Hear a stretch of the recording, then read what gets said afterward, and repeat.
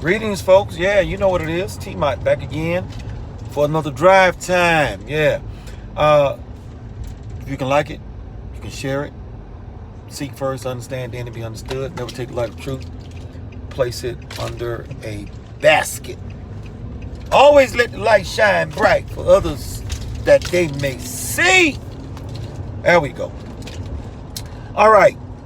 I'm going to try and make this one real short. I'm not going to get all carried away. And look here. If you get something out of this video, GraysonForGeorgia.com. All right. GraysonForGeorgia.com. Donate. All right. And if you aren't moved by my campaign, buy me a cup of coffee if you learn something new. So, a few points, and I'm going to make videos about these in more detail later on. Doug Collins, after Saturday, when they pulled their little stunt to allow him to go last, and I'm going to get into detail on that one. From now on, he wants to be everywhere that I am not.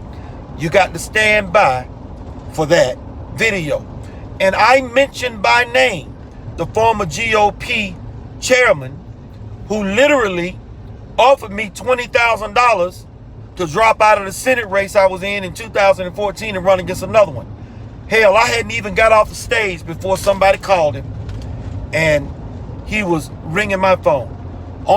Anyway, that's going to be another video because I want to keep them all short. I'm just giving you some little juicy tidbits about the GOP because I am going in hard, and I'm talking about the establishment, not the rank and file people like myself who actually believe in conservatism and actually want some people that would go to Washington, D.C. and do the right thing, like what we did with Trump.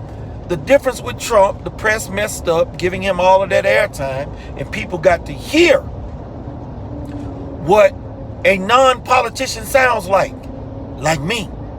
That's why the press avoids me, and that's why the GOP establishment has rejected me. All right? Now, got that out. Josie Cruz. Here is a minority female running in the 4th district here in Georgia. She is running against a guy by the name of Hank Johnson, the guy who said that Guam would tip over. Literally, he said that, and he was not joking. Are you with me so far? All right, let's move right on. So, Josie came to me 14 months ago, and I met with her at this pizzeria with Kat Fletcher, her campaign manager, and we sat down and talked, and she was considering getting in that race, and she wanted to get some advice from me. Well, here's the advice that I gave her 14 months ago. I told her, in no uncertain words, do not ever talk about a rhino and their voting record. Don't let those words part your lips. Don't even use the word rhino. Because if you do, they will label you an outcast. So don't go in making enemies. Just don't do it.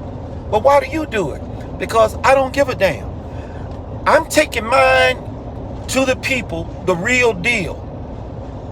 And not only do I meet resistance from the GOP establishment, I know that I'm going to meet resistance from those who think that they are conservatives, but are not.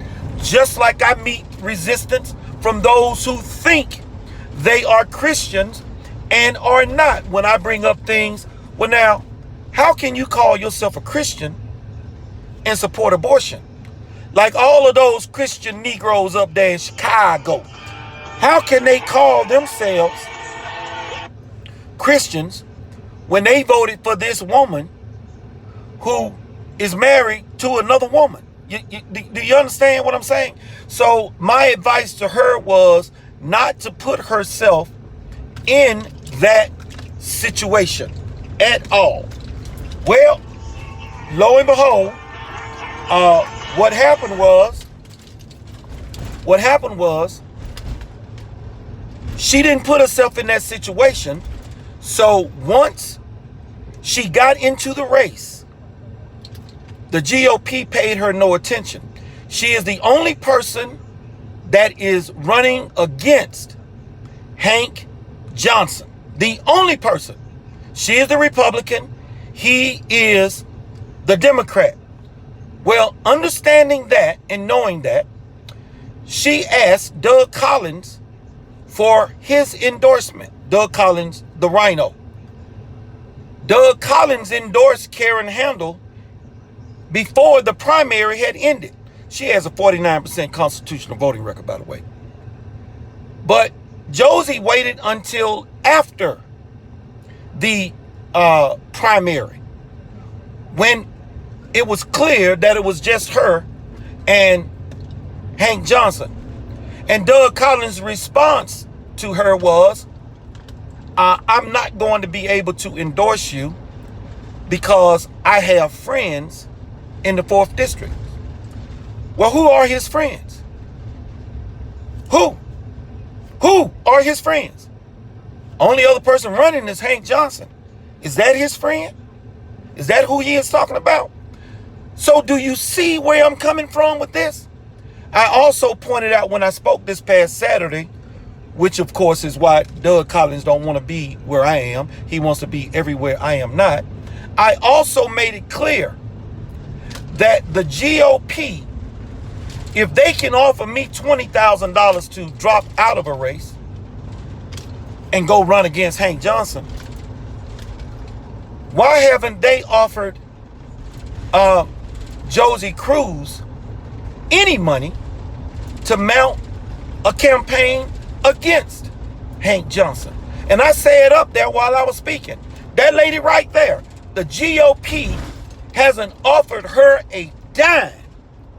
No money for signs, no money for this, no money for that. They haven't offered her any help whatsoever. Probably haven't even offered her a phone call to give her some advice on the do's and don'ts. And I think the only advice that she got was from me when I met with her and told her, leave rhinos alone. I'll take care of them. You let me handle them.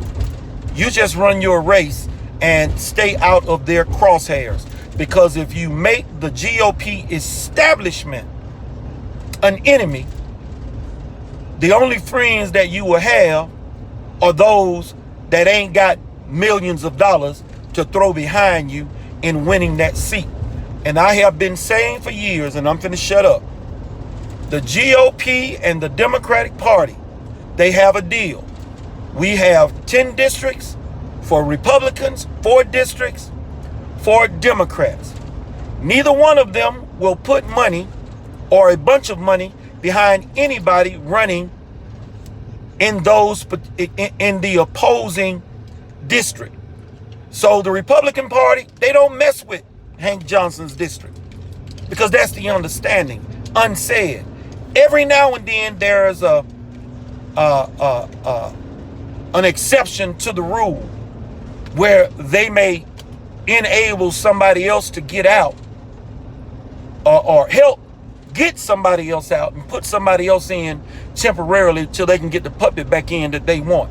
Case in point, Cynthia McKinney. You all may know her name. Cynthia McKinney started basically calling out Israel, and there were some people that did not like that, among other things.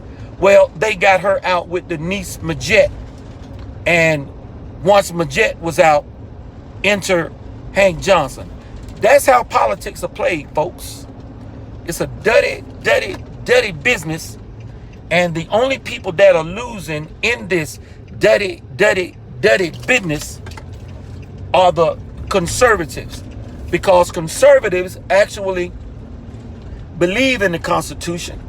And every time we allow a rhino to get in, that rhino is going to vote with the Democratic Party on those issues that matter most. Y'all reach out to Josie Cruz. Just Google her name, Johsiecruz, and give her some support, give her some love. Just reach out to her, because I'm gonna tell you something. She sure as hell ain't getting no help from the GOP. They have their lie that they tell about we're the party of inclusion, but that's complete BS. They're more like the party of exclusion. And on top of that, the GOP, they ain't looking for nobody to come in there and that's going to do the right thing. The establishment. They are looking for only rhinos. And that's the name of that game. T-Mod out. Drive time. Till next time.